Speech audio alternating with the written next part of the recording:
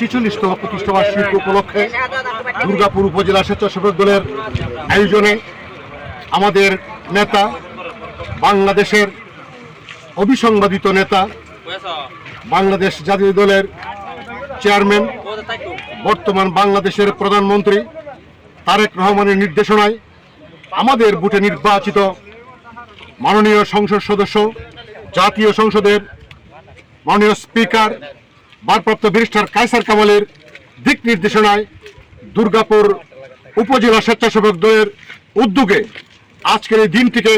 স্মরণীয় করে রাখার জন্যে দুর্গাপুর উপজেলা স্বেচ্ছাসেবক দল স্বতঃস্ফূর্তভাবে দুর্গাপুর উপজেলা স্বেচ্ছাসেবকের উদ্যোগে সমস্ত ইউনিয়ন স্বেচ্ছাসেবক দলের নেতৃত্বে আজকের এই বৃক্ষরোপণ কর্মসূচির শুভ উদ্বোধন করতে যাচ্ছে। আমি আজকের এই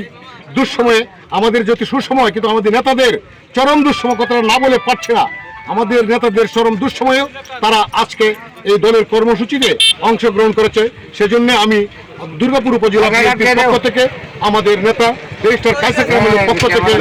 আমাদের এই স্বেচ্ছাসেবক দলের নেতাদেরকে অভিনন্দন ও শুভেচ্ছা জ্ঞাপন করে আজকের এই বৃক্ষরোপণ কর্মসূচি শুভ উদ্বোধন ঘোষণা করছি।